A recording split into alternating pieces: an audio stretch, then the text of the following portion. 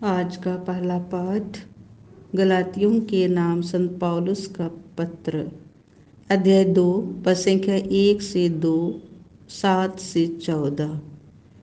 14 वर्ष बाद मैं बरनबास के साथ फिर यरूशलेम गया। मैं तीतुस को भी अपने साथ ले गया।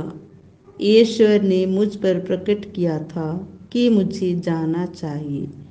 मैंने प्रतिष्ठित व्यक्तियों के सामने एकांत में वह सुसमाचार प्रस्तुत किया जिसका प्रचार मैं गैर यहूदियों के बीच करता हूँ, जिससे ऐसा ना हो कि मैं व्यर्थ परिश्रम करूं। उल्टे उन्होंने मान लिया कि मुझे उसी तरह गैर यहूदियों में सुसमाचार का प्रचार कार्य सौंपा गया था जिस तरह पेतरुस को यहूदियों में, क्योंकि जिस ईश्वर ने पेतरुस को यहूदियों का धर्म प्रचारक बनने की शक्ति प्रदान की थी, उसी ने मुझे गैर यहूदियों का धर्म प्रचारक बनने की शक्ति प्रदान की थी।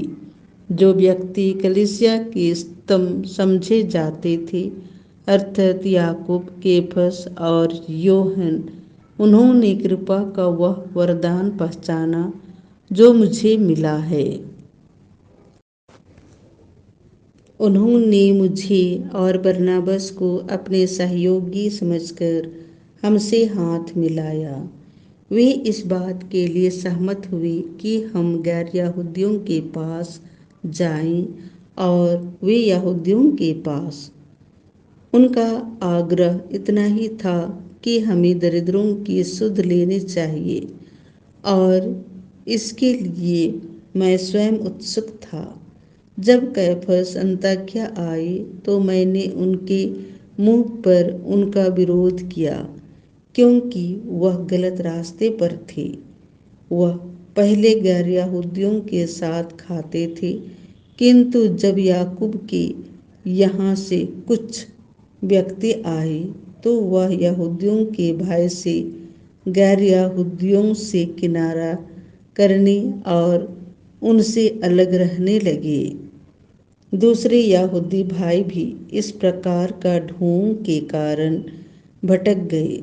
जब मैंने देखा कि उनका आचरण सुसमाचार के सत्य के अनुकूल नहीं है, तो मैंने सबों के सामने कैफस से यह कहा, यदि आप जो जन्म से यहूदी हैं, यहूदी रिवाज के अनुसार नहीं बल्कि गैर यहूदी रिवाज के अनुसार जीते हैं, तो आप गैर यहूदियों को यहूदी रिवाज अपनाने के लिए कैसे बाध्य कर सकते हैं।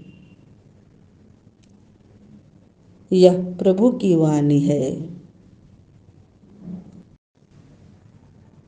संत लुकस के अनुसार पवित्र सुसमाचार, अध्याय 11, पद संख्या 1 से 4। एक दिन ईसा किसी स्थान पर प्रार्थना कर रहे थे।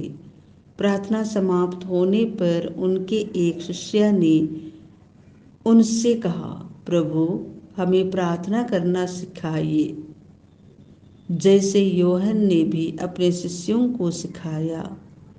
ईसा ने उनसे कहा, इस प्रकार प्रार्थना किया करो, पिता, तेरा नाम पवित्र माना जाए, तेरा राज्य आए, हमें प्रतिदिन हमारा दैनिक आहार दिया कर, हमारे पाप क्षमा कर, क्योंकि हम भी अपने सब अपराधियों को क्षमा करते हैं, और हमें परीक्षा में ना डाल। यह प्रभु का सुसमाचार है।